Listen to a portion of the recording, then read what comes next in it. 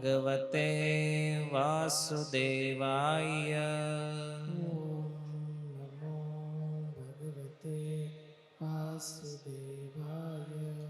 ઓમ નમો ભગવતે વાસુદેવાય.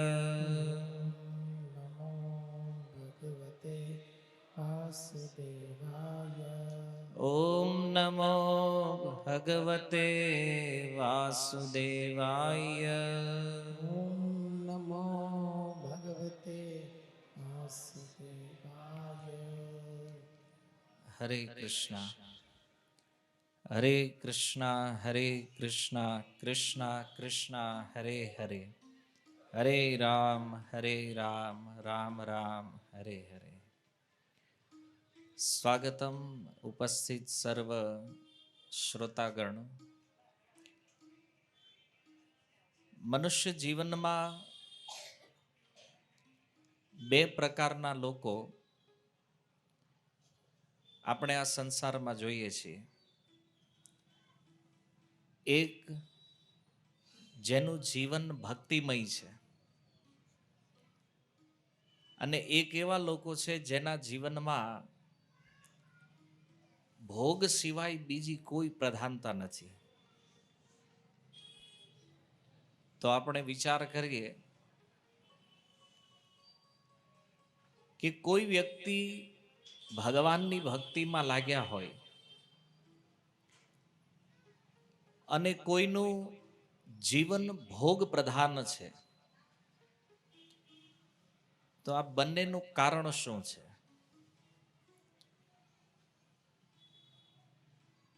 જો ભક્તિ જીવનમાં આવે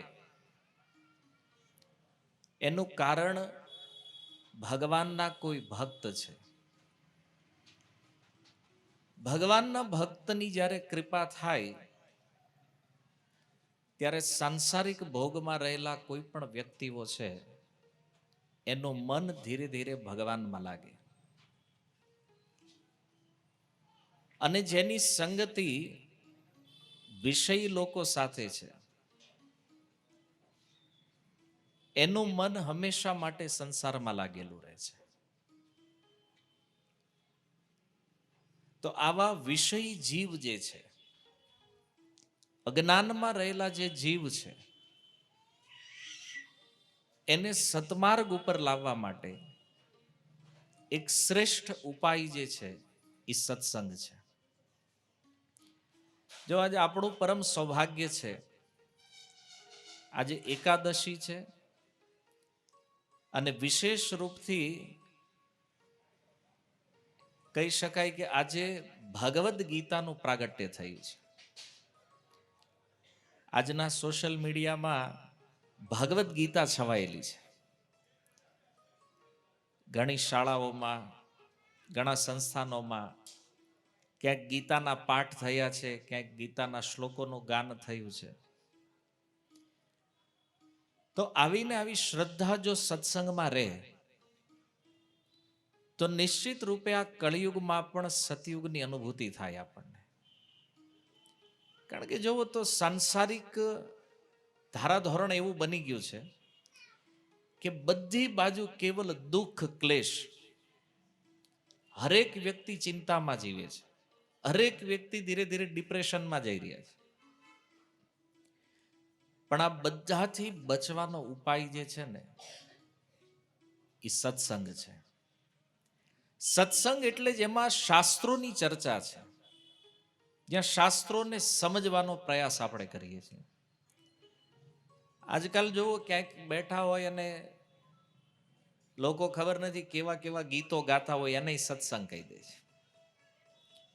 એને વિચિત્ર વિચિત્ર પ્રકારના ગાન થતા હોય બધા, જેમાં ભગવાનની કોઈ વાત નથી, જેમાં ભગવાનનું કોઈ તથ્ય નથી. આ સત્સંગ નથી. સત્સંગનો અર્થ છે કે ભગવાન અને પોતાના વિષયમાં જ્યાં સમજ મળે, જ્યાં જાણકારી મળે, જે જ્ઞાન મળે, આ સત્સંગ છે. ક્યાંક ગયા કલાક બેહીને ટાઈમપાસ કરીને આવી જવું સત્સંગ નથી. જે સ્થિતિ આપણી છે એમાંથી આપણે કેટલા ભગવાન બાજુ નીકળ્યા છીએ, પોતાના આત્મકલ્યાણનો વિચાર આપણી અંદર કેટલો દ્રઢ થયો છે. આ મહત્વપૂર્ણ વિષય છે સત્સંગ માટે. કારણ કે સત્સંગનો અર્થ જ છે સત વસ્તુની સંગતિ.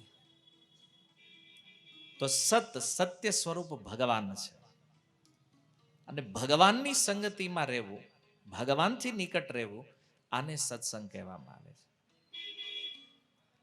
કળિયુગની આ જે દશા છે, શ્રીમદ ભાગવતની અંદર શ્રી સૂતજી કહે છે કે પ્રાય કળિયુગની અંદર જીવોનું આયુષ્ય ઓછું થઈ ગયું છે. પ્રાયણ અલ્પ આયુષ્ય સભ્ય કલા વસ્મિન યુગે જના. આયુષ્ય ઓછું છે, ભાગ્ય નબળું છે. મંદા સુમંદ મતયો મંદ ભાગ્યા હિ ઉપદ્રિતા. મતિ એટલે કે બુદ્ધિ પણ મંદ છે, અને ઉપદ્રવ જીવનમાં એટલો છે કે આજે કોઈ પણ વ્યક્તિને તમે પૂછો કેમ હાલે છે, એ કે વાત જ જવા દો. કોઈ પણ વ્યક્તિ હોય. અને એક ભ્રમ સંસારમાં એવો છે કે આપણને એવું લાગે છે કે હું દુખી છું અને બધા લોકો સુખી છે. આપણા મનમાં એવો ભાવ હોય કે બધું દુઃખ મને જ મળ્યું છે, ચિંતા મને જ છે.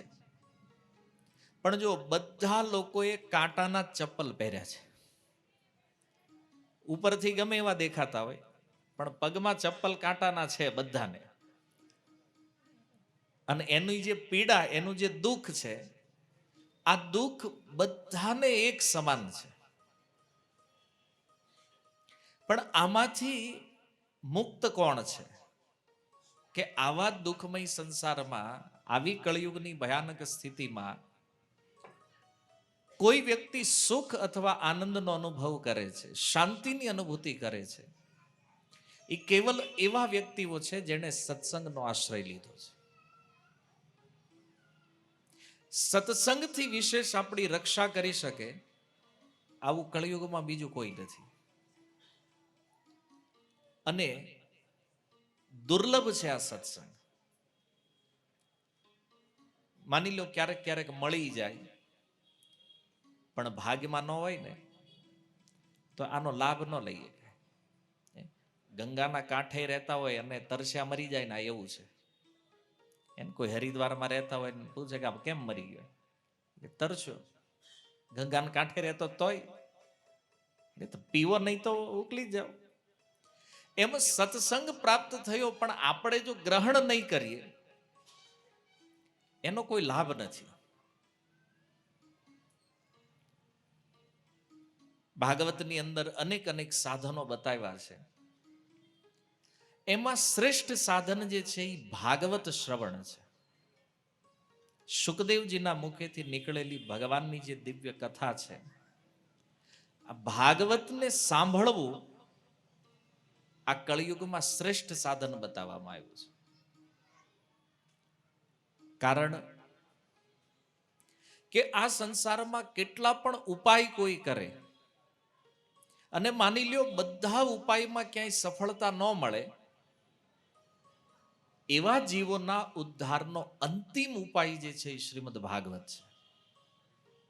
બધા ઉપાય જ્યાં ફેલ થઈ જાય અને અંતે જે ઉપાય કાર્ય કરે છે એ ભાગવત મહાપુરાણ છે. અને એટલા માટે જો જ્યારે જ્યારે પિતૃઓના મુક્તિની વાત આવે છે, એના મોક્ષની વાત આવે, તો સનાતન ધર્મની અંદર કોઈ પણ મતમાં કોઈનો વિશ્વાસ હોય, પણ મુક્તિની જ્યારે વાત આવે તો એણે ભાગવતની શરણમાં જ આવવું પડે.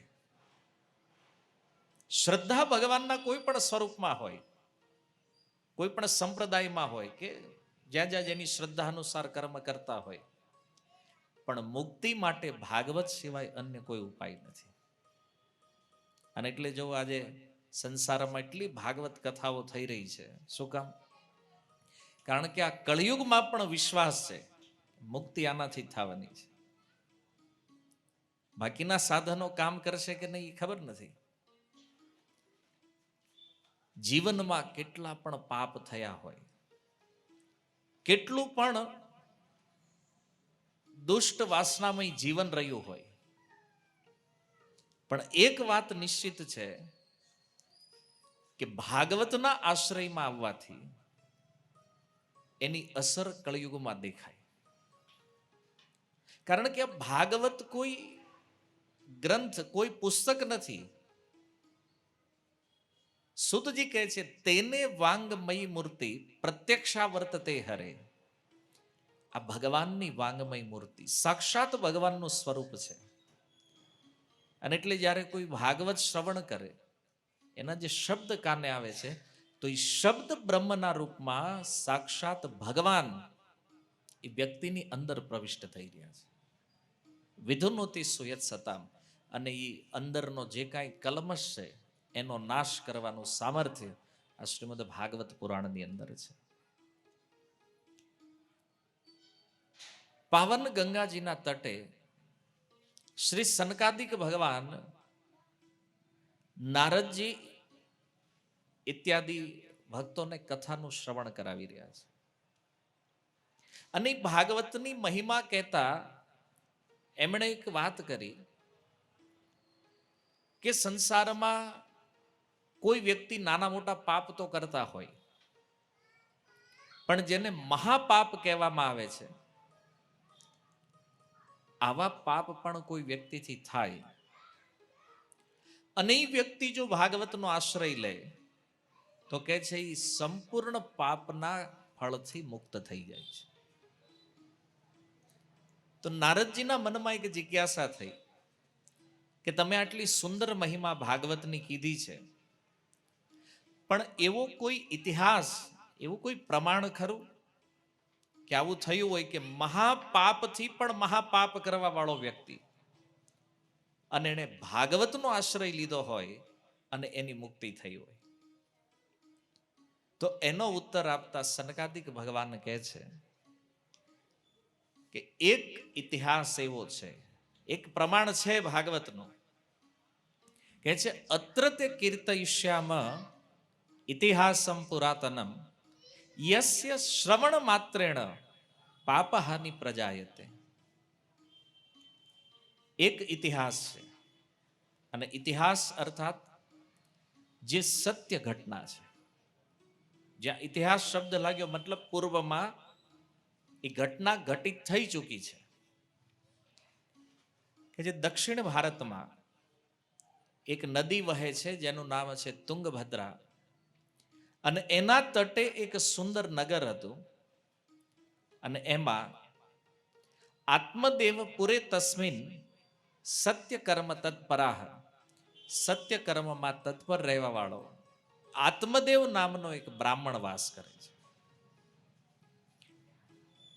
વેદોનો નિષ્ણાંત વ્યક્તિ. અને આ જે આત્મદેવ નામનો બ્રાહ્મણ છે એને એક પત્ની હતી. કે છે ભિક્ષુકો વિત્તવાન લોકે તત્પ્રિયા ધુંધલી સ્મૃતા સ્વવાક્ય સ્થાપિકા નિત્યમ સુંદરી સુકુલોદ્ભવા. એની એક પત્ની છે જેનું નામ ધુંધલી છે. જો આત્મદેવ જે છે એના વિશે यदि આપણે વિચાર કરીએ તો એ આત્મા છે. આત્મા એટલે આપણે પોતે. અને એની એક પત્ની છે જેનું નામ ધુંધલી છે. એનો અર્થ છે બુદ્ધિ. આત્મા ભગવાનનો અંશ છે, સ્વરૂપથી શુદ્ધ છે, પણ જ્યારે એ આત્મા બુદ્ધિની પકડમાં આવી જાય ત્યારે એ અટવાઈ જાય. જેટલા પણ જીવાત્માઓ સંસારમાં અટવાણા છે એનું કારણ શું છે? એ બુદ્ધિની પકડમાં આવી ગયા છે. અને આના વિષયને પ્રસ્તુત કરતું ભાગવતમાં એક સુંદર ઉપાખ્યાન છે, પુરંજન ઉપાખ્યાન. પુરંજન નામનો એક રાજા હતો, અને એક નગરમાં એણે પ્રવેશ કર્યો. જેવો એ નગરમાં એણે પ્રવેશ કર્યો તો જોયું ત્યાં એક સુંદર સ્ત્રી હતી. અને એમાં એની આસક્તિ થઈ, એની સાથે વિવાહ કર્યા અને પછી એને વશ થઈ ગયો. સ્ત્રી કે ઊભો થા તો ઊભો થાય, બેસવાનું કે તો બેસી જાય, સેમ બુદ્ધિની પકડમાં. કારણ કે એ સ્ત્રી બીજું કોઈ નથી, એ બુદ્ધિ છે. અને બુદ્ધિ જ્યારે આત્માને પકડી લે ત્યારે એ આત્મા એટલું જ કાર્ય કરે જેટલું એ બુદ્ધિ કહે છે. એમ આનું નામ ધૂંધલી એટલા માટે છે કારણ કે એ બુદ્ધિ સ્પષ્ટ નથી. ધૂંધલી તમે સમજો ને, ધૂંધળું મતલબ જે સ્પષ્ટ નથી દેખાતું. બુદ્ધિને વશ થયેલો જે જીવ છે એ પોતાના સ્વરૂપને ક્લિયર જોઈ નથી શકતો. જેવી રીતે માની લો અહીંયા ધુમાડો ધુમાડો થઈ જાય તો આપણે બધા અહીંયા છીએ પણ એકબીજાના મોઢા જોઈ ન હોય કે એમ આત્મા જ્યારે એ બુદ્ધિના વશમાં થઈ જાય ત્યારે એ પોતાનું સતચિત્ત આનંદમય જે સ્વરૂપ છે એ આને જોઈ શકતો નથી. અને એ બુદ્ધિની પકડના કારણે એ આત્મા પોતાને શરીર માનવા લાગે છે. જીવ આત્મા સ્વરૂપ શુદ્ધ છે પણ બુદ્ધિની પકડ એને એવું સમજાવી દે છે કે તું આ શરીર છે, અને આપણે એને શરીર માનવા લાગીએ છીએ. અને પછી જે પ્રમાણે એ બુદ્ધિ આદેશ કરે એવું આપણે કરીએ. માની લો બુદ્ધિ એમ કે અહીં બેહવાનું છે તો બેઠા રહી, અને બુદ્ધિ એમ કે આમાં જામતું નથી, ઊભા થઈને ઘરે વયા જાઓ, નીકળી જાય. પકડ તો એની છે ને, ડિસિઝન બુદ્ધિ લે છે. આપણે જો આત્મા સ્વતંત્ર છે, શુદ્ધ છે, છતાં પ્રોબ્લેમ શું છે? એ બુદ્ધિની પકડમાં છે. એટલે એને કરવું એ જ પડે જેટલું એ બુદ્ધિ કહે છે. તો આ ધુંધલી આત્મદેવની પત્ની છે, પણ એનો સ્વભાવ થોડો વિચિત્ર છે. યુગ પ્રમાણે અનેક સમય પૂર્વની આ કથા ઘટના છે. એનો સ્વભાવ દુષ્ટ છે. આત્મદેવ જેટલા સારા વ્યક્તિ છે, સદગુણી છે, ધુંધલી એટલી જ દુર્ગુણી છે. એક સમસ્યા એના હતી. સમસ્યા એ હતી કે એને કોઈ પુત્ર નહોતો. ઘરમાં ધન ખૂબ છે પણ કોઈ સંતાન નથી. તો કોઈ લોકોએ સલાહ આપી કે કામ કરો, તમારી પાસે ધન ઘણું છે, થોડું ધર્મના માર્ગે વાપરો, કાંઈક દાન પુણ્ય કરો, સત્કર્મ કરો, કદાચ તમારું ભાગ્ય ખુલે અને તમને પુત્રની પ્રાપ્તિ થઈ જાય. જેટલી પણ સંપત્તિ હતી એનું 50% ધન એણે સત્કર્મમાં વાપરી નાખ્યું. રિઝલ્ટ શૂન્ય. સંતાન થયું નહીં, પુત્ર થયો નહીં. એક દિવસ આત્મદેવ નક્કી કરે છે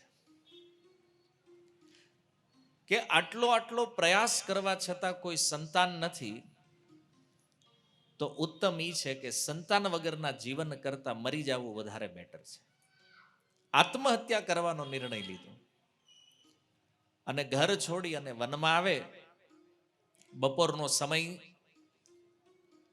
તરસ લાગી એક તળાવ પાસે ગયો. તળાવ પાસે જઈ પાણી પી ત્યાં જ કાંઠે બેસી ગયો. અને એ સમયે એક સંન્યાસી મહાત્મા એની પાસે આવે છે.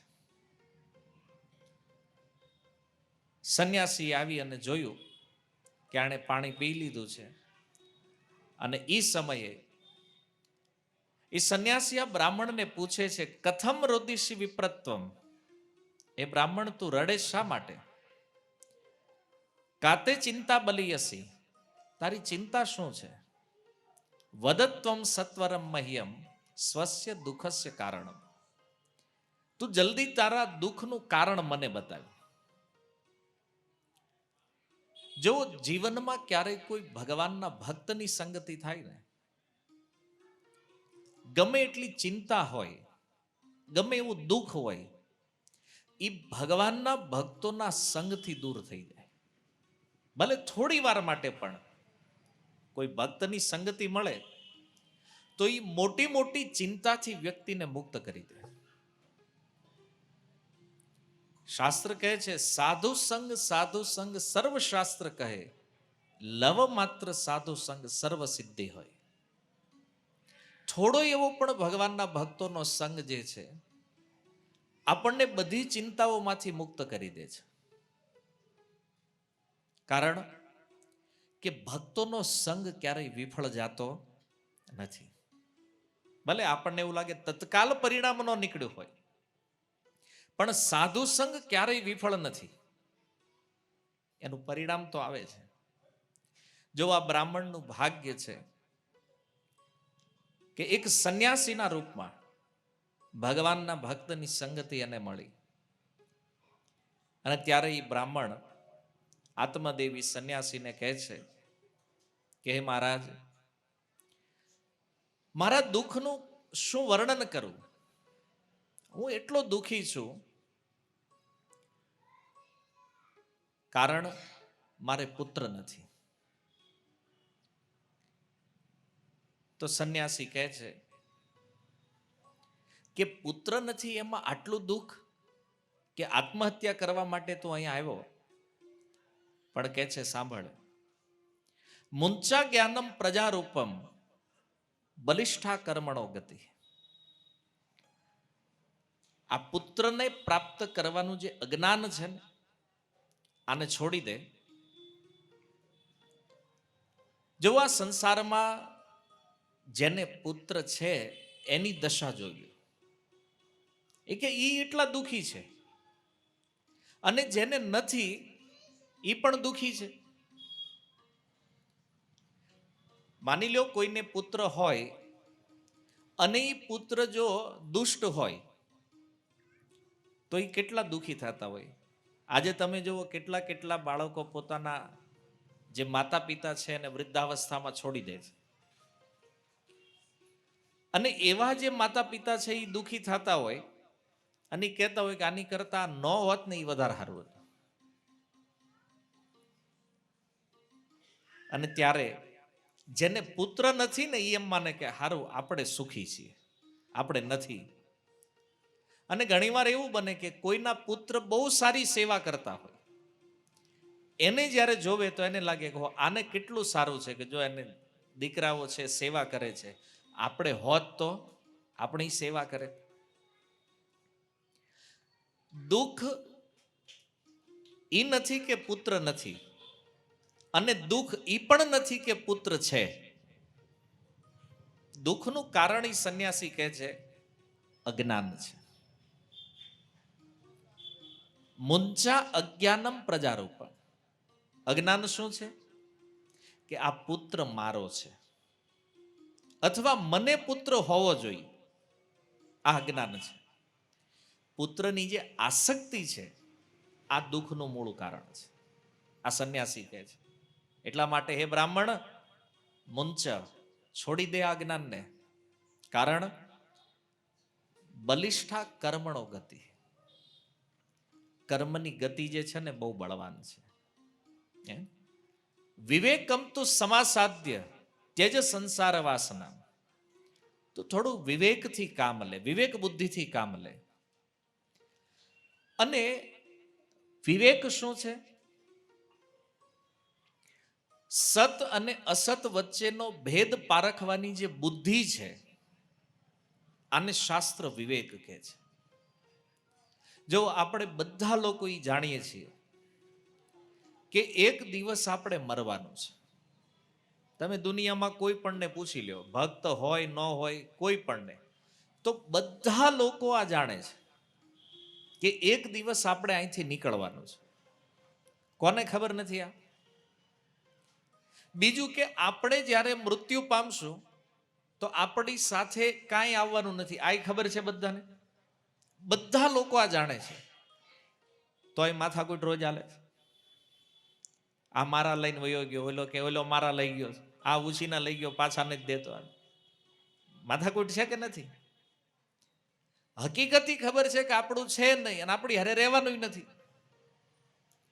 તો એટલી મોટી મગજમારી લોકો ત્યાં સુધી લડે છે કે મોટા મોટા યુદ્ધોના પરિણામ આવી ગયા છે. આ બધા જે યુદ્ધ થઈ રહ્યા છે અત્યારે એનું કારણ શું છે?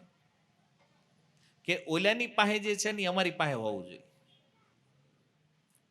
તો આજે ઈચ્છાઓ, વાસનાઓ જે છે આ દુઃખનું મૂળ કારણ છે. અને એટલા માટે બુદ્ધિમાન વ્યક્તિ જે છે, વિવેકી વ્યક્તિ જે છે, એ ક્યારેય આ માથાકૂટમાં પડતો નથી. શું કામ નહીં પડે?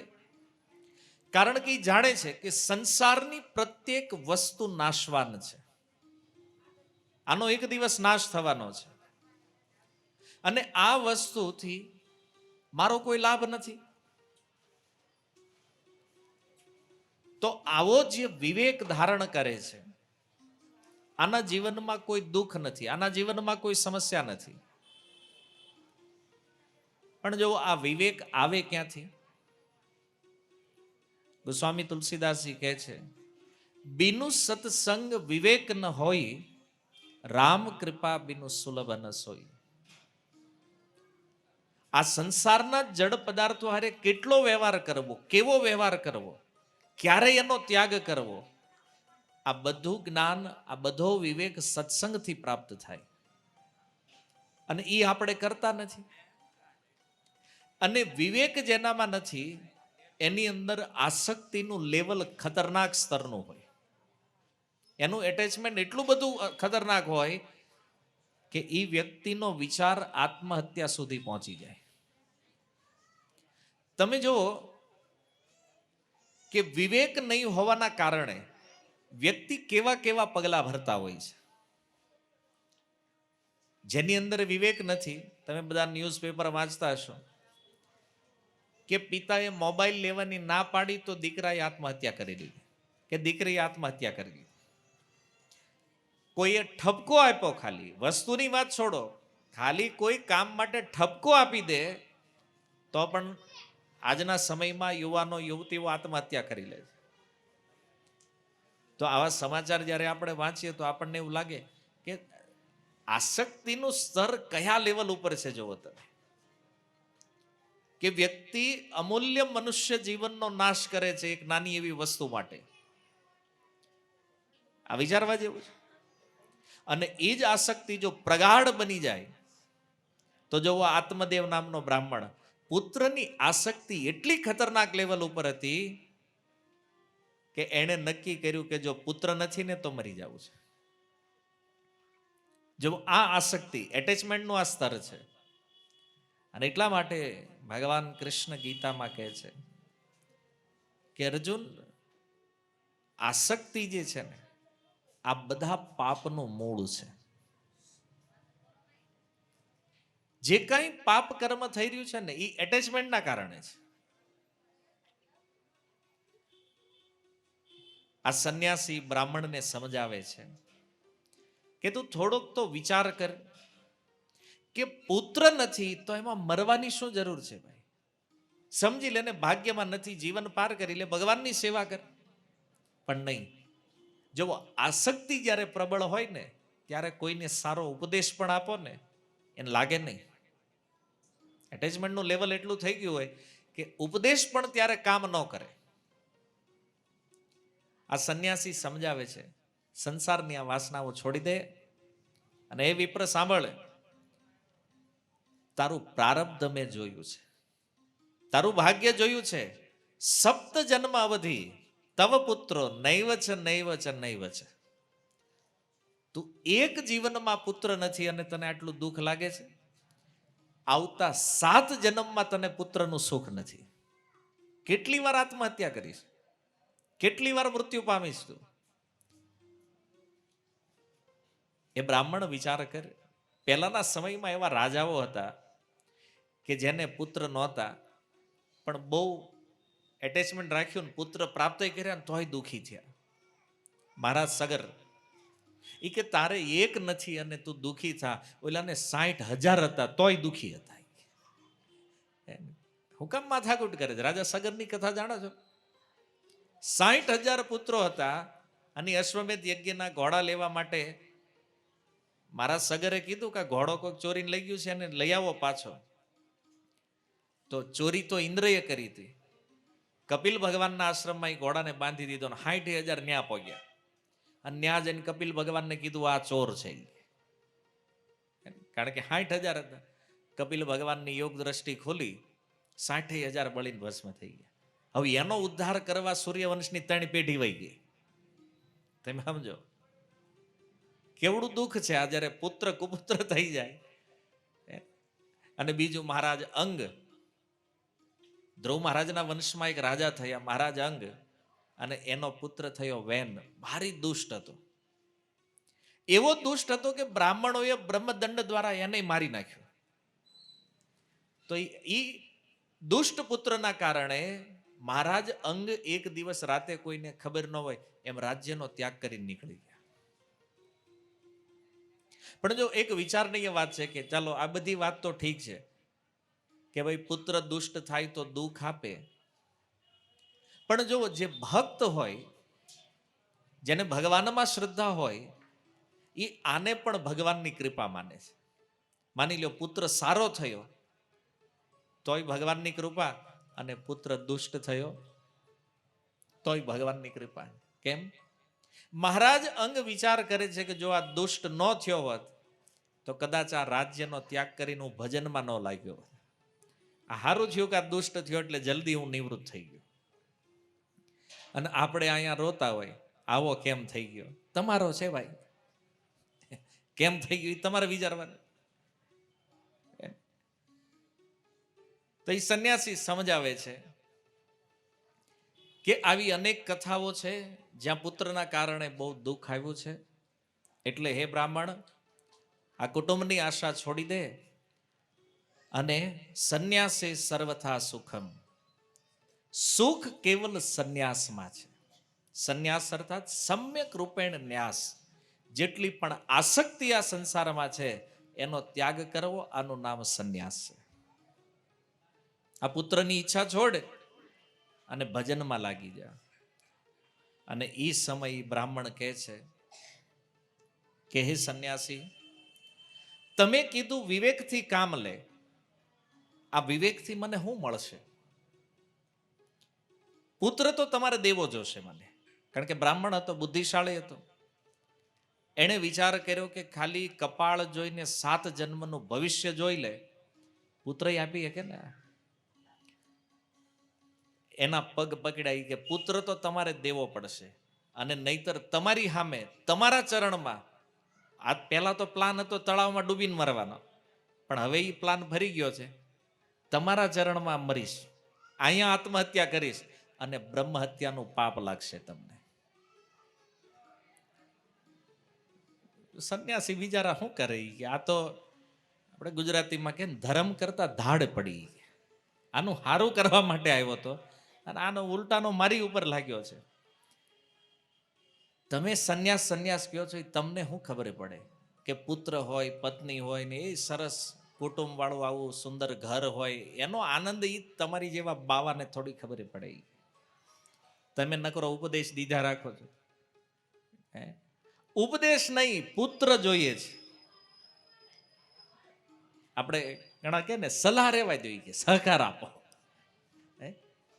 એ કે હું બ્રાહ્મણ છું, મેં વેદ ભણ્યા છે, આ બધું મારે જરૂર નથી, મારે પુત્ર જોતો છે. યા તો પુત્ર આપો, નહીતર અહીંયા મરવાનું છે, અને તમારા ચરણમાં પ્રાણ ત્યાગ કરીશ. એટલે સંન્યાસીને થયું કે આ માને એવો નથી. કાંઈ વાંધો નહીં, એણે કીધું કે જો વિધાતાના લેખને ભૂસવાની હઠ, આ બહુ દુઃખ લાવે છે.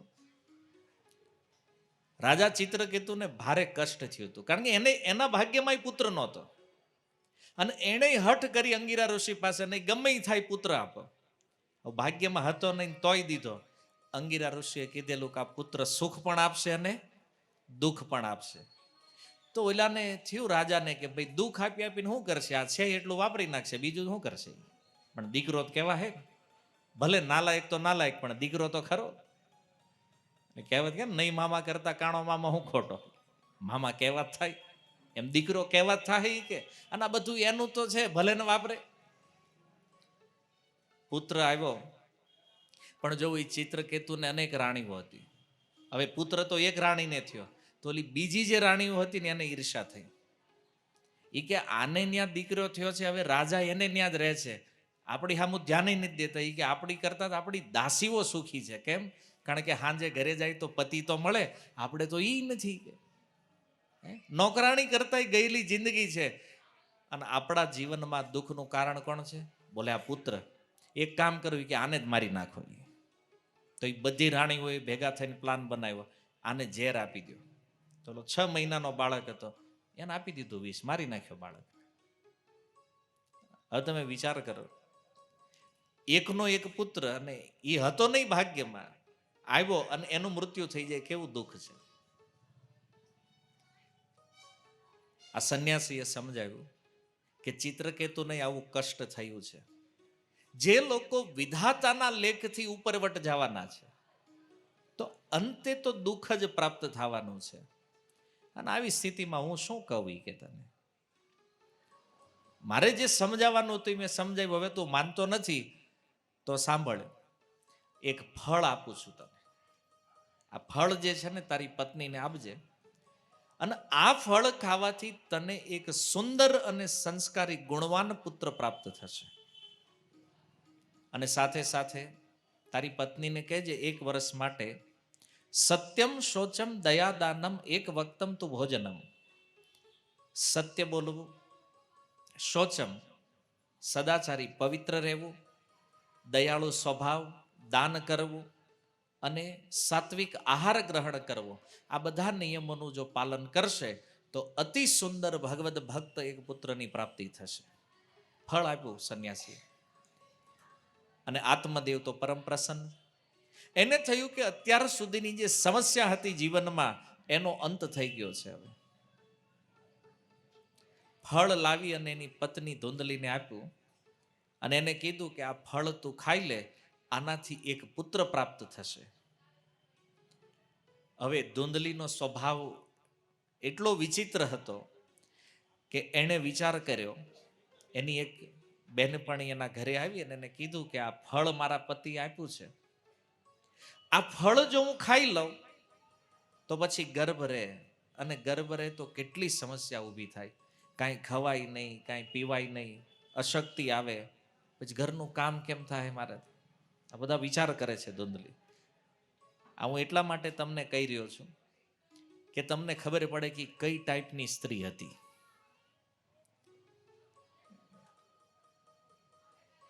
એ કે માની લ્યો કે આપણા ગામ ઉપર લૂંટારાઓ ચડી આવે, બધા ભાગી જાય, હું કેમ ભાગું? આપણેથી તો ભગાય નહીં.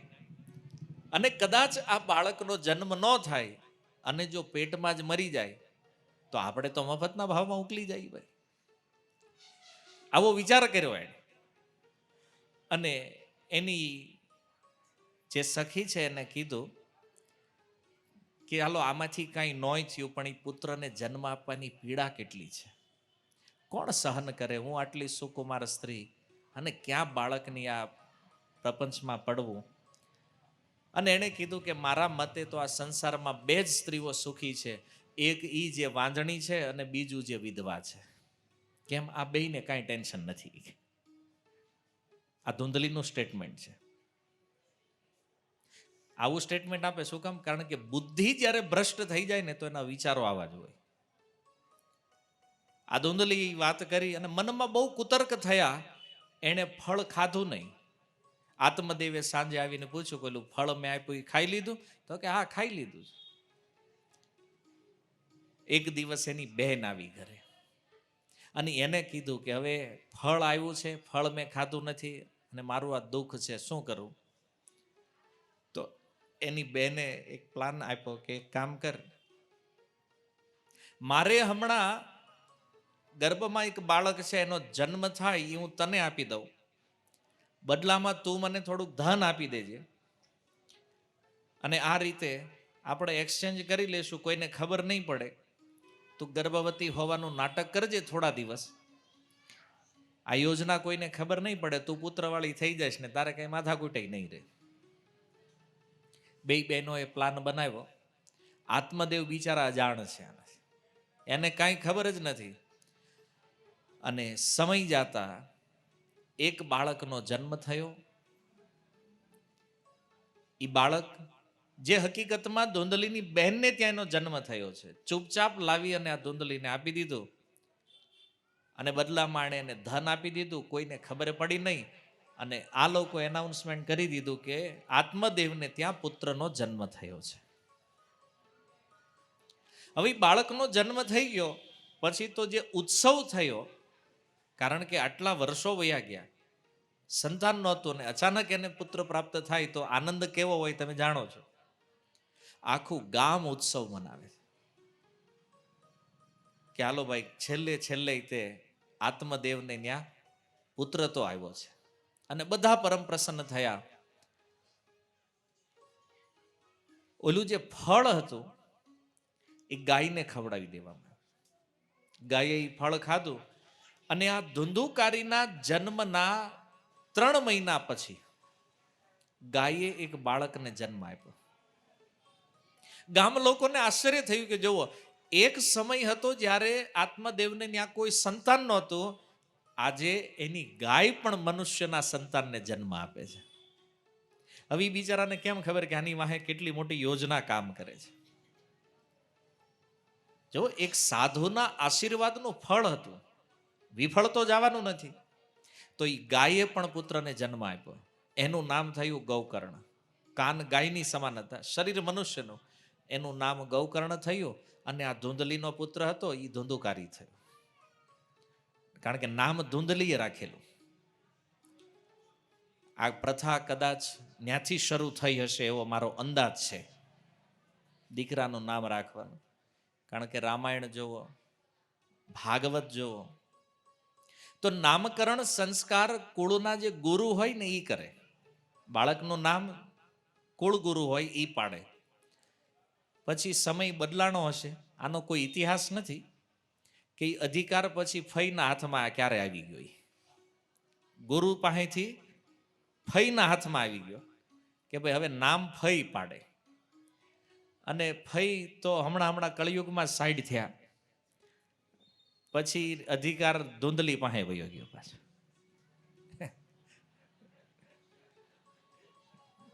કારણ કે આખું કુટુંબ પ્રસન્ન હોય કે આપણે ત્યાં દીકરાનો જન્મ થયો.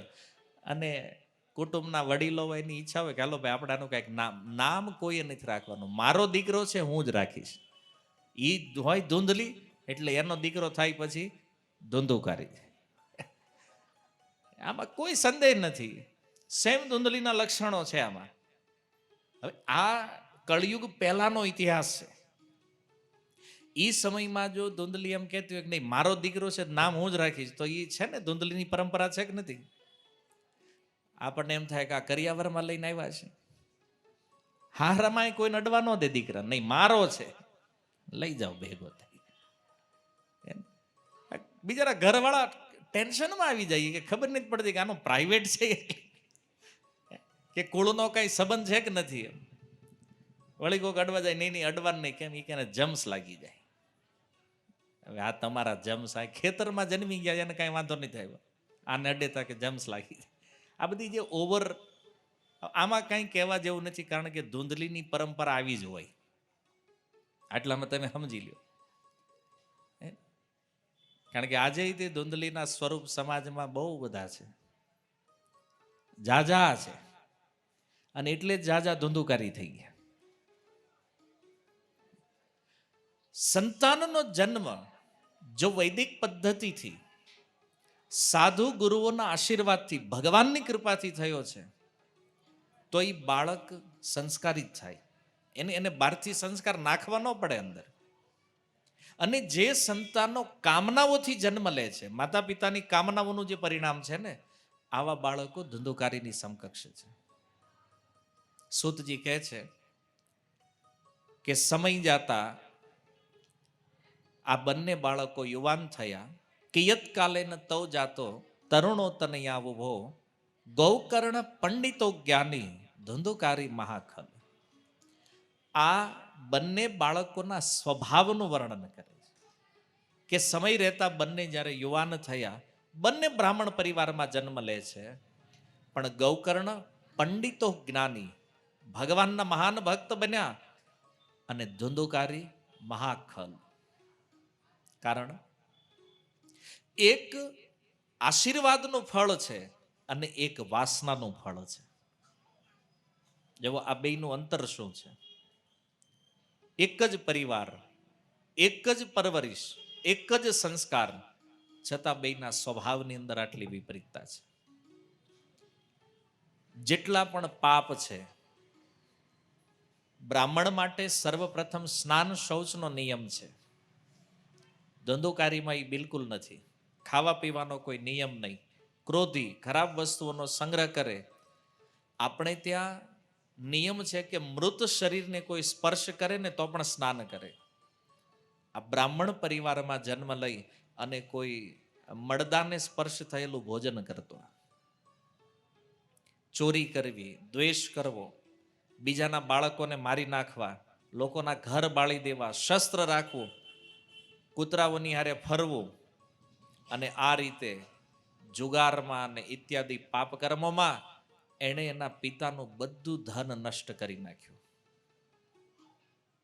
જેટલું હતું પહેલા શરૂમાં જ્યારે વાપર્યું, આત્મદેવને થયું કે આની હાટું તો ભેગું કર્યું. પણ જ્યારે એ પાપ કર્મમાં રત થવા માંડ્યો ત્યારે આત્મદેવને થોડી ચિંતા વધી કે ભલે પુત્ર છે પણ અવળા માર્ગે જઈ રહ્યો છે, આ ઠીક નથી. જ્યારે બધું ધન ખતમ થઈ ગયું ત્યારે આત્મદેવ રડવા લાગ્યા છે અને રડતા રડતા બોલે છે, વંધ્યત્વમ તુ સમીચીનમ કુપુત્રો દુઃખદાયક, કે આની કરતા તો આની માતા વાંજણી હતી ને એ વધારે સારું હતું. યાદ કરો, પુત્ર નહોતો, જે પુત્ર માટે આત્મદેવ આત્મહત્યા કરવા માટે તૈયાર છે એ જ પુત્ર માટે આજ શું શબ્દ નીકળી રહ્યા છે કે આના કરતા આની માતા જો વાંજણી રહી હોત ને તો વધારે સારું હતું. હું ક્યાં રહું, ક્યાં જાઉં, કોણ મારું આ કષ્ટ કાપશે? મારી ઉપર આટલી મોટી વિપત્તિ આવી છે. આ વિપત્તિના કારણે એક દિવસ મારે પ્રાણનો ત્યાગ કરવો પડશે, મારે મરવું પડશે. આત્મદેવની દશા જુઓ. એક દિવસ એટલે મરવું તું કે પુત્ર નહોતો અને આજ એટલે મરવું છે, પુત્ર છે. એક જ વ્યક્તિનો, એક જ જીવનનો આ અનુભવ છે. જુઓ તમે, કુપુત્ર કેટલો દુઃખ આપે છે કે આજે ફરીથી આને મરવાનો સમય આવ્યો. પુનઃ આત્મદેવ વિચાર કરે છે કે નહીં, આ દુઃખથી મને તો કોઈ મુક્ત નહીં કરે તો મારે આત્મહત્યા કરવી પડશે. અને એ સમયે ગૌકર્ણજી એમની પાસે આવ્યા અને એમના પિતા આત્મદેવને સમજાવવા લાગ્યા. 3 શ્લોક કીધા. એણે કીધું, હે પિતાજી, અસારહ ખલુ સંસારો દુઃખ રૂપી વિમોહક. આ સંસાર જે છે ને આમાં કોઈ સાર નથી, આ અસાર છે. અસાર એટલા માટે કે આ સંસારથી સુખ શોધવા માટેનો કોઈ ગમે એટલો પ્રયાસ કરે, આ જગતમાં સુખ મળવાનું નથી ક્યારે. અને ઘણાને એવું લાગે છે કે નહીં અમને મળી ગયું છે તોય તમે વેમમાં છો. આવો તમારો વેમ તોડી દઉં એક જ મિનિટમાં. હમણાં આપણને એવું લાગે છે ને આપણી પાસે જે વસ્તુઓ છે આ બધું આપણને સુખ આપે છે. કોઈ વસ્તુમાં સુખ નથી. તમને કોઈ મીઠાઈ બહુ ભાવતી હોય તો એની ખાવાની એક લિમિટ હોય. તમને એકવાર આપે થાળીમાં તો મજા આવે કે હાલો હા તો ભાવ જ છે એ આવ્યું છે. બીજી વાર આપે, ત્રીજી વાર આપે, એમ વારંવાર આપતા જાય તો એક સમય એવો આવે કે જ્યારે એ મીઠાઈનું સુખ નીકળી જાય. માની લો તમારી કેપેસિટી આપણે 10 લાડવા ખાવાની હોય, પછી 11મા લાડવા તમને એમ લાગે કે આમાં ખાંડ નથી. આવું થાય. તો હવે એ જે 25-50 લાડવા બન્યા બધામાં ખાંડ તો એ ખરખી જ હોય, પણ પહેલા લાડવામાં જે ટેસ્ટ આવે એ 11માં આવે ન આવે. તો સુખ ક્યાં વયું ગયું? પહેલા લાડવાના ટેસ્ટનું જે સુખ હતું એવો 11મો લાડવો ખાવ ત્યારે એ સુખ નથી. ક્યાં વયું ગયું? ક્ષણિક છે. સુખની અનુભૂતિ બિલકુલ ક્ષણિક છે. અને આ વસ્તુ કેવલ ખાવાના વિષયમાં નથી. જે વસ્તુ તમને એમ લાગે છે કે આ સુખ આપે એમ છે, આ બધા ઉપર આ નિયમ એપ્લાય થશે. કોઈ કપડાં તમે સારા લઈને આવ્યા, તમને એમ લાગ્યું કે નહીં આ કપડાં પહેરીશ ને બહુ આનંદ આવે છે, કેટલા દિવસ એ કપડું સારું લાગે છે. એ જ્યારે પહેલી વાર પહેરો છો એ આનંદ, જ્યારે 1 વર્ષ પછી એનું એ કપડું પહેરો ત્યારે આનંદ આવે છે નથી. વહી ગયું સુખ. સૌથી વધારે આપણી નિકટ રહેવા વાળો આપણો સાથી એટલે આપણો મોબાઈલ જ્યારે નવો લાવ્યા હોય અને પહેલા દિવસે જે આનંદ હોય એ ત્રીજા દિવસે હોય, 2 દિવસમાં સુખ ક્ષણિક સમાપ્ત થઈ જાય. સંસારની હરેક વસ્તુઓ માટે આ નિયમ છે. શું કામ? કારણ કે સંસાર અસાર છે, સુખ આમાં છે નહીં. અને આપણે તો શોધવાની ટ્રાય કરીએ. શું કામ? આપણને લક્ષ્ય ખબર નથી. આપણા જીવનનું લક્ષ્ય સુખ નથી, શાંતિ છે. અને શાંતિ પામવા માટે બહુ ધન આવી જાય, બહુ બધું કમાય, પછી માણસ છેલ્લે એમ જ કે હવે શાંતિ લેવી છે. સુખ લેવું છે એમ કોઈ નથી કહેતા. હું જોઈશ શાંતિ જોઈએ. આપણું ડેસ્ટિનેશન સુખ નથી, શાંતિ છે. અને આપણો પ્રયાસ ઊંધી દિશામાં ચાલે છે.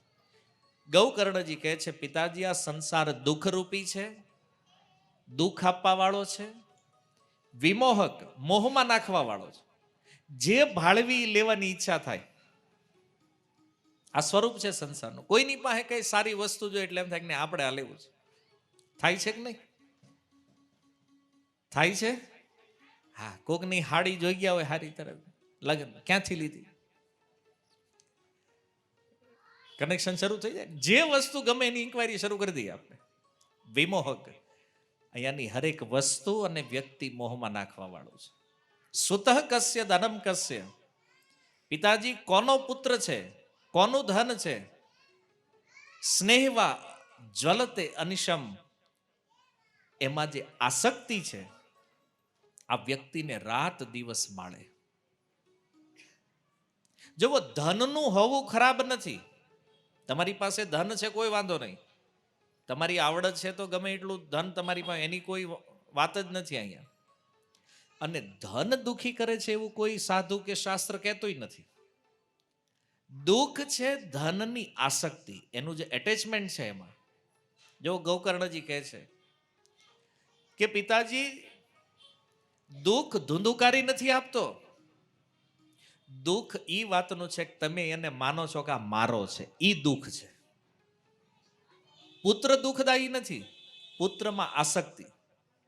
આપણો દીકરો બગડે ને ત્યારે દુઃખ લાગે, વ્યક્તિ રડે કે આ બગડી ગયો. ગામમાં 1000 લાખ બગડ્યા છે, એમાં આપણને દુઃખ નથી. કેમ? બીજાના બગડે જ કોઈ રોવે નહીં. આપણો બગડે તો રોવું આવે, તો દુઃખ લાગે. શું કામ? કારણ કે માની લીધું છે કે આ મારો છે. બાકી એટેચમેન્ટ ન હોય ને એમ લાગે કે આ બગડ્યો, કાઢી મૂકો ઘરે, માની લ્યો એક હતો જ નહીં, જવા દો. સાહસે આવું નથી, આ નથી કરી શકતા. આખા ગામમાં અમારો આ બગડી ગયો, હવે કીધામ નથી. તો પણ હાકી મૂકો ને, કોની વાટે બેઠા છે? પણ નહીં, મારો છે, કેમ જવા દે ભાઈ? તો તમે વયા જાઓ, નથી જવા દેવા. આસક્તિ જે છે પુત્રમાં, એ દુઃખનું, પુત્ર દુઃખનું કારણ નથી. એમ ગૌકર્ણજી કહે છે ધનમ કસ્ય, ધન દુઃખનું કારણ નથી, ધનમાં આસક્તિ, આ મારું છે, આ દુઃખનું કારણ છે. અને જ્યાં જ્યાં વ્યક્તિને એટેચમેન્ટ લાગી જાય ને આ મારું છે, એ એને રાત દિવસ બાળે. તમારા જ ભાઈ હોય અને તમારી જ્યારે માથાકૂટ કરી હોય, જુદા થયા હોય ને થોડુંક પચાવી પાડ્યું હોય, આપણે કંઈ કરી એકવી નહીં, શું કરવી, બળવી બેઠા બેઠા. હા, લઈ ગયો વધારે. થાય છે કે નહીં? સ્નેહ જે છે, જ્યાં સંબંધ જોડાણો છે ને, આ સંબંધ બાળે, રાત દિવસ બાળે.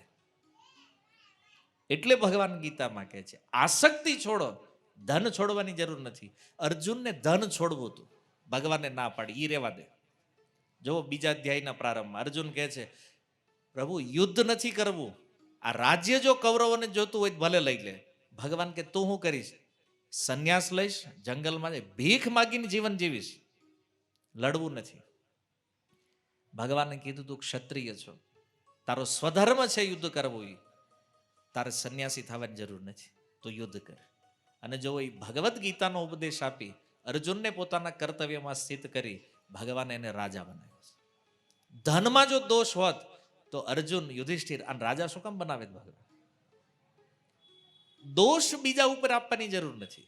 હું તમને સરળ ભાષામાં કહું, આજે આપણે એમ કહેવાય સમાજમાં બગાડ થઈ રહ્યો છે. કોણ કરે? કે મોબાઈલે કીધું તું મને આ જોવો એ. મોબાઈલ આપણને કહે છે કે આ ખોલો, આમાં જાઓ. કોણ જાય છે? મોબાઈલ તો એક જડ વસ્તુ છે, એ તો એક ઇન્સ્ટ્રુમેન્ટ છે. મોબાઈલ તમને નથી બગાડતો, આપણી આસક્તિ જે છે ને એ આપણને બગાડે છે. મૂળ કારણ છે સંબંધ, સ્નેહ. અને જ્યાં જ્યાં સંબંધ બન્યો ને ત્યાં દુઃખી થવાનો છે. શું કામ? કારણ કે સંબંધ ક્યાં જોડવાનો છે એ આપણને ખબર નથી. સંબંધ ભગવાનમાં જોડો તો સુખી થશો, અને સંબંધ જો સંસારમાં જોડ્યો તો દુઃખ સિવાય કાંઈ આવવાનું નથી. ગમે એટલા રોવો, તમને છાનું રાખવા વાળું અહીં કોઈ છે નહીં. અને હું કામ છાના રાખે ભાઈ? કારણ કે તમે દુઃખી હો, તમે હેરાન થયા હોય ને તમારથી ડબલ તો જે બીજો સી થયો હોય. અહીં બધા રોવે કેમ? કારણ કે બધાનો પ્રોબ્લેમ એક જ હરખો છે. સંબંધ બધાએ બનાવ્યો છે એટલે દુઃખી બધા છે. એક વખત સંસારથી સંબંધ તોડી અને ભગવાનથી જોડી જવું, જીવનમાં ક્યારેય આંસુ નહીં પાડવું પડે. પણ આપણને એવું લાગે છે નહીં, ભક્તિ કરશો તો આપણું શું થશે? ભક્તિ કરશો ને તો જ સુખી થશો અને શાંતિ આવશે. બાકી તો જગતમાં ઉત્પાત સિવાય બીજું કાંઈ નથી થવાનું. અને ઘણા ઘણા લોકો આપણને લોલીપોપ પકડાવતા હોય, પહેલા આટલું કરી નાખો ને આમ કરી નાખો ને એટલા સેટ થઈ જાવ ને આમ થઈ જાવ ને પછી આ બધું કરાય. ત્યાં સુધી તમે રહેશો કે નહીં એની ગેરંટી છે ભાઈ કાંઈ? કાલે સવારે ઉકલી ગયા ને ફોટા મળી આવ્યા તો પછી શું કરશો? કોઈ કામ સંસારમાં મહત્વપૂર્ણ નથી. અને કોઈને એમ લાગતું હોય ને કે આ બહુ ઇમ્પોર્ટન્ટ છે, હું નો થાય જ નહીં, અને એ માણસ આજ ઉકલી ગયો કાલ કોણ કરવાનું છે? ખોટો વેમ પાડવાની જરૂર નથી. ભજન નહીં કરવા માટે કોઈ બહાનાની જરૂર નથી. જો મૃત્યુ સનાતન છે, આપણે અહીંથી નીકળવાનું છે, આ 100%ની વાત છે. તમે માની લ્યો તોય ભલે, ન માનો તોય ભલે. અને જ્યાં સુધી સંસારમાં સંબંધ છે ત્યાં સુધી રોવાનું છે. આ એનથી વધારે મોટું સત્ય છે. અને એનાથી વિશેષ સત્ય એ છે કે આ જગતમાં રહીને જો સુખી થવું હોય તો સંબંધ ભગવાન હારે જોડવો જ પડશે. સંસારનો સંબંધ તૂટશે અને ભગવાનથી જોડાશે ત્યારે જ આ જીવ સુખની અનુભૂતિ કરીએ. બાકી આ જગતમાં કોઈ તમને સુખ આપવાનું નથી. બધા ઈ જ વાટે બેઠા છે આ કેમ હેરાન થઈ જાય. સાચું છે ખોટું છે? ભલે આપણા જ પરિવાર વાળા હોય, આપણા જ ભાઈઓ હોય, પણ એ વાટે તો ઈ જ હોય કે આવડો હેરાન કેમ થાય. કારણ કે પોતાનો વ્યક્તિ કંઈક આગળ વધતો હોય ઈર્ષા થવા માંડે. બાકી અંબાણી હજારો અરબો કરોડ રડે એને વાંધો નથી, ઈ ભલે રડે, આપણો નો આજ આવવો જોઈએ. છે ને આ બધા દુઃખના કારણો આપણે અંદર દબાવીને બેઠા છે. આ સંસારનું સ્વરૂપ છે. અને લોકો આમાં જ ટાઈમ પાસ કરે છે રાત દિવસ. આનાથી થોડા ઉપર ઉઠી જાઓ અને ભગવાનના ભજનમાં લાગો. જગતની કોઈ વ્યક્તિ કે વસ્તુનું દુઃખ નહીં લાગે. દુઃખ કોઈ વ્યક્તિ કે વસ્તુ નથી આપતી, એના પ્રત્યેનું આપણું જે એટેચમેન્ટ છે ને. મારો ભાઈ છે તો એ મને બોલાવતો નથી. ભાઈ રોડે 1000 માણસ નીકળે છે, કોઈ બોલાવે તમને? તો આને એમાં ભેળવી દો એક ભેગો, હું વાંધો નહીં. રાત દી બેઠો બેઠો ઈ કેમ નથી બોલાવ? પણ નથી બોલવું એને ભાઈ તારી યાર, હું કામ માથાકૂટ કરે છે? થાય છે કે નહીં? તો કોકની હાટું હું કામ બળવું છે ભાઈ? પણ આ બળીએ છીએ આપણે. કેમ? સંસારના સ્વરૂપને નથી જાણતા. ગૌકર્ણજીએ પહેલા શ્લોકમાં એના પિતાને સમજાવ્યું કે આ સંસાર કેવો છે. અને બીજા શ્લોકમાં કહે છે, નચ ઇન્દ્રસ્ય સુખમ કિંચિન સુખમ ચક્રવર્તિનઃ. આ જગતમાં ચક્રવર્તી સમ્રાટને પણ સુખ નથી. તમે જો આપણને એવું લાગતું હોય કે ઓહો અંબાણી બહુ સુખી છે, એને કાંઈ વાંધો નહીં. તમે વેમ માર્યો, મેં પહેલા કીધું એમ, તમારે કાંટાવાળા ચપ્પલ છે તો એના ચપ્પલ એ કાંટાવાળા જ છે. એ ભલે અંબાણી હોય પણ છે જ માણા ને. તમારી પાસે 5.5 ફૂટનું શરીર છે, એને એ 5.5 ફૂટ જ છે. એટલે જે પ્રોબ્લેમ તમારે છે એ એને છે. સીધી વાત, તમારા ઘરે હાહુ વહુ બે બાંધતા હોય તો એ ઝઘડો અમિતાભ બચ્ચનને ન્યાય છે કે નથી? છે ને? કોણ સુખી છે બતાવો? એ બધું દેખાય છે, એ દેખાવ ઉપર ન જાવ ભાઈ. એ માયાનો સ્વભાવ છે, દેખાડે. માયાનો અર્થ જ છે જે નથી એ છે એવું કરીને આપણી સામે પ્રેઝન્ટ કરે. આનું નામ માયા. આપણને માયા બધાના કાનમાં એમ જ કે તું એકલો જ દુઃખી જ, બાકી બધા સુખી છે. અને બધાને આ જ મેટર છે મગજમાં કે હું એકલો જ દુઃખી છું, બાકી બધા સુખી છે. સુખ, ગૌકર્ણજી કહે છે, ચક્રવર્તી આખી પૃથ્વીનો રાજા પણ કોઈ હોય ને એને સુખ નથી. અત્યારે રાજા કોણ છે? બિલ ગેટ્સ કે એલન મસ્ક. આ બધાને તમે માનો છો ને બહુ મોટા પૈસા વાળા છે ને બહુ સુખી. એને ઘરવાળી મૂકીને વહી ગઈ. એમ લ્યો, અહીંયા કોઈક સામાન્ય ઘરે હોય એનાય છૂટાછેડા થાય, ઓલા નહીં થાય. તકલીફ છૂટાછેડાની હરખી છે. તેમ કદાચ 5 લાખ આપીને છૂટા થાય, ઓલો 500 કરોડ આપીને છૂટો થતો હોય. પ્રોબ્લેમ એકનો એક જ છે, લેવલ ફરક હોય ખાલી. વાત સમજાય? શું કામ દુઃખી થવું જ ભાઈ? તો ચક્રવર્તીને સુખ નથી, નચ ઇન્દ્રસ્ય સુખમ. આ લોકની વાત છોડો, સ્વર્ગમાં ઇન્દ્ર સુખી નથી.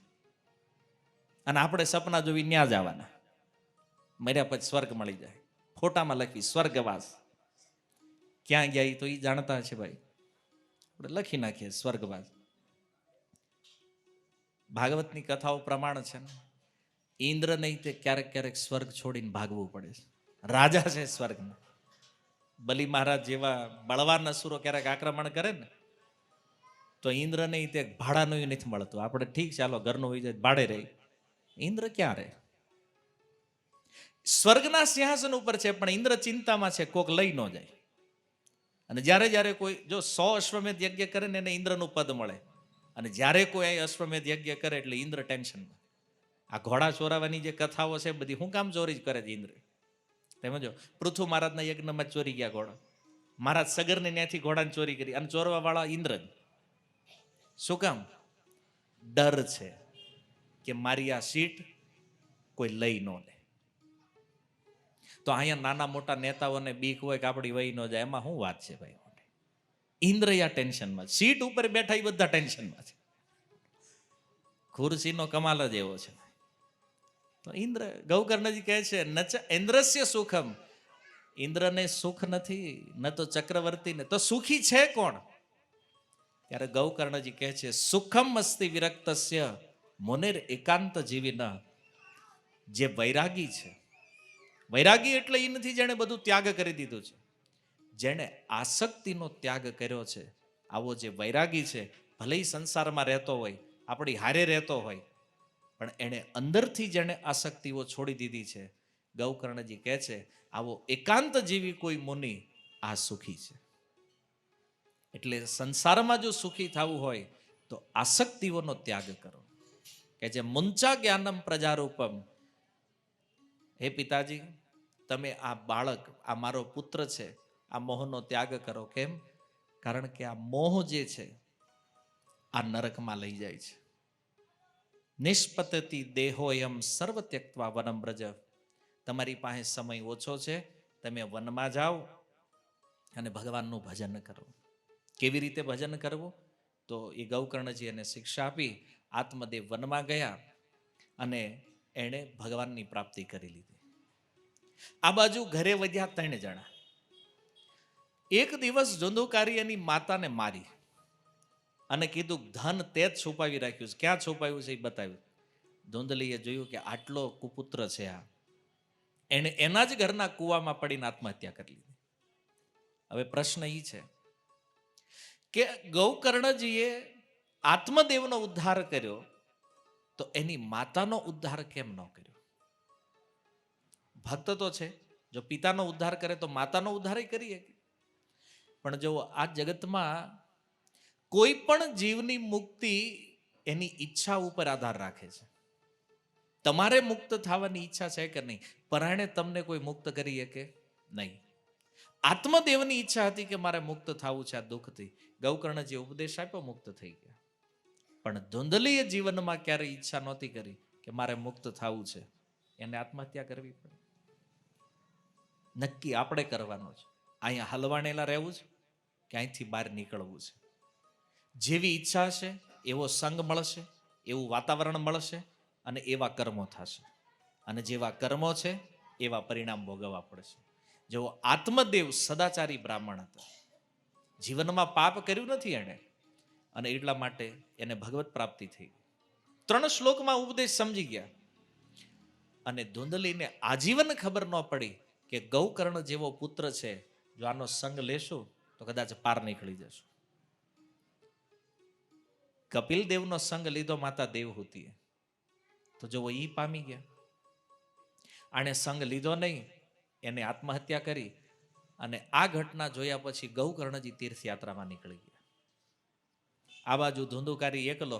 હવે એણે નક્કી કર્યું કે હવે બંદા એકલા રાજ કરેગા. અને લાવ્યો 5 વેશ્યાઓને ઘરે. પણ આ જારસ સ્ત્રીઓ એમ નામ તો ટકે નહીં, એને પૈસા જોઈ. રાજાને ત્યાં ચોરી કરી એને. એને એકવાર મોટી ચોરી કરી લો, આજીવન આવડા વાપરે કાંઈ વાંધો જ નહીં. પછી રાજાને ત્યાં ચોરી કરી અને પરિણામે એ ધન લાવી આ સ્ત્રીઓના હાથમાં આપ્યું. અને આ સ્ત્રીઓએ વિચાર કર્યો કે રાજાના સૈનિકો આવશે, આને પકડશે, અને આને જો પકડીને લઈ જાય હારે હારે આપણને ઉપાડશે. ખોટે ખોટું આ જીવન જેલમાં જાહે. એક કામ કરો, આને જ મારી નાખો. ધંધુકારી મહેનત કરીને આવ્યો તો, સૂતો તો, એ જ પલંગારે બાંધી દીધો એને. ગળું દબાવી અને મારવાની ટ્રાય કરે, મોઢું જેવું ખોલ્યું, સળગતા દેતવા ભરી દીધા મોઢામાં. અને બહુ તડપાવીને મારી નાખ્યો એને. એના જ ઘરમાં એને દાટી દીધો. થોડા દિવસ એ સ્ત્રીઓ ત્યાં રહી અને ધન લઈને ત્યાંથી નીકળી ગઈ. આ બાજુ કમોત થયું એટલે ધુંધુકારી પ્રેત યોનીને પ્રાપ્ત થયું, પ્રેત બન્યો. ગૌકર્ણજીને તીર્થયાત્રામાં ખબર પડી કે મારા ભાઈ ધુંધુકારીનું મૃત્યુ થયું છે. એણે ગયાજીમાં જઈ અને એની શ્રાદ્ધ કર્મ કર્યું. પછી જે તીર્થોમાં જતા ત્યાં એનું તર્પણ શ્રાદ્ધ આ બધું કરે. અને ફરતા ફરતા એક સમયે પોતાના ગામમાં આવ્યા. આવી અને કોઈને ખબર ન પડે એમ પોતાના ઘરે જઈ અને સૂતા મધ્યરાત્રિ આ પ્રેત પ્રગટ થયો ધુંધુકારી. ગૌકર્ણજી જોયું કોઈ અવગતિએ ગયેલો જીવ લાગે છે. પોતાના કમંડળમાંથી જળ લઈ અને વાચા આપી. ગૌકર્ણજીએ પૂછ્યું, કોણ છો? એ કે હું તમારો ભાઈ ધુંધુકારી. અરે તારું મેં શ્રાદ્ધ કર્યું છે ગયામાં. ત્યારે ધુંધુકારી કહે છે, ભાઈ હું એટલો પાપી છું કે આવા સેંકડો શ્રાદ્ધ કરો તો મારી મુક્તિ થાય એમ નથી. મને આ પ્રેત પીડાથી મુક્ત કરો. ગૌકર્ણજીએ કીધું, હું કાલે સવારે કંઈક ઉપાય વિચારીશ, અત્યારે તું વયો જા. બધા બ્રાહ્મણો આવ્યા સવારે, ખબર પડી ગૌકર્ણજી આવ્યા છે. એ બ્રાહ્મણોને કીધું કે જો ગયા શ્રાદ્ધ કરવાથી જેની મુક્તિ ન થાય, આની મુક્તિનો ઉપાય શું છે? બ્રાહ્મણો કે આવું શાસ્ત્રમાં છે જ નહીં. ગયામાં શ્રાદ્ધ કરો એટલે મુક્તિ થાય, આમાં કોઈ સંદેહ નથી. અને આની નથી થઈ કે પણ ધુંધુકારી. તો કે આ કંઈક ઓપ્શનલ કેસ લાગે છે, અમને તો ખબર નથી. પણ એક કામ કરો, સૂર્ય ભગવાનને પૂછો, કારણ કે સાક્ષાત ભગવાનનું સ્વરૂપ સૂર્યનારાયણ છે. ગૌકર્ણજીએ પોતાની યોગ શક્તિથી સૂર્યદેવને રોકી અને એમને પૂછ્યું. ત્યારે ભગવાન સૂર્યનારાયણ કહે છે કે સપ્તાહ વિધિ જે છે ભાગવત, આનાથી આની મુક્તિ સંભવ થાય એમ છે. બધા ગામ લોકોએ મળી અને ભાગવત સપ્તાહનું આયોજન કર્યું. અને એ પ્રેત રૂપમાં ધુંધુકારી એક વાંસમાં બેસીને કથા સાંભળતો. જેમ જેમ દિવસ પાર થાય, પહેલો દિવસ પૂરો થયો, વાંસની એક ગાંઠ ફાટી, બીજા દિવસે બીજી, ત્રીજા દિવસે ત્રીજી, એમ 7 દિવસમાં એ 7 ગાંઠ ફાટી. અને એ ધુંધુકારી વિષ્ણુ પાર્ષદનું રૂપ લઈ અને એ સ્ટેજ ઉપર પ્રગટ થયો. બધાના મનમાં આશ્ચર્ય થયું કે આ છે કોણ? ત્યારે ધુંધુકારીએ કીધું, હું ધુંધુકારી છું. હજી થોડા સમય પહેલા હું પ્રેત શરીરમાં હતો, પણ જો આ ભાગવતની કથા કે જેનાથી આ પ્રેત પીડાથી મને મુક્તિ પ્રાપ્ત થઈ છે. ધન્ય ભાગવતી વાર્તા પ્રેત પીડા વિનાશિની. આ પ્રેત પીડાનો નાશ કરવા વાળું આ ભાગવત ધન્ય છે. જો આપણે પણ ગયામાં શ્રાદ્ધ કર્મ ઇત્યાદિ કર્યું હોય અને હજી સંદેહ હોય કે આપણા પિતૃઓની મુક્તિ થઈ છે કે નહીં, તો એના માટે અંતિમ ઉપાય જે છે એ શ્રીમદ ભાગવત છે. અને આ ધુંધુકારીના પ્રસંગથી પ્રમાણિત થયું કે શ્રાદ્ધમાં પણ સંદેહ રહી ગયો હોય તો એની મુક્તિ કેવલ ભાગવત કરી શકે. અને એ સમય એને લેવા માટે વિમાન આવ્યું. વિમાનમાંથી ભગવાનના પાર્ષદો આવી અને ધુંધુકારીને વિમાનમાં બેસાડીને જ્યારે લઈ જઈ રહ્યા, અને એ સમય બધા લોકોએ વિમાન ઊભું રખાયું કે અમારો એક પ્રશ્ન છે, શું કથા બધા લોકોએ સાંભળી છે તો વિમાન ધુંધુકારી એકની માટે કેમ? ત્યારે આ પ્રશ્ન વિચારણીય હતો કે કથા તો બધાએ સાંભળી છે તો વિમાન ખાલી ધુંધુકારી માટે કેમ આવ્યું એક? તો ભગવાનના પાર્ષદો કહે છે કે કથા તો બધાએ સાંભળી છે, પણ જે રીતે ચિંતન મનન દ્વારા આ ધુંધુકારીએ કથા સાંભળી છે, આવું ચિંતન મનન અન્ય કોઈ જે બેઠા છે એણે કર્યું નથી.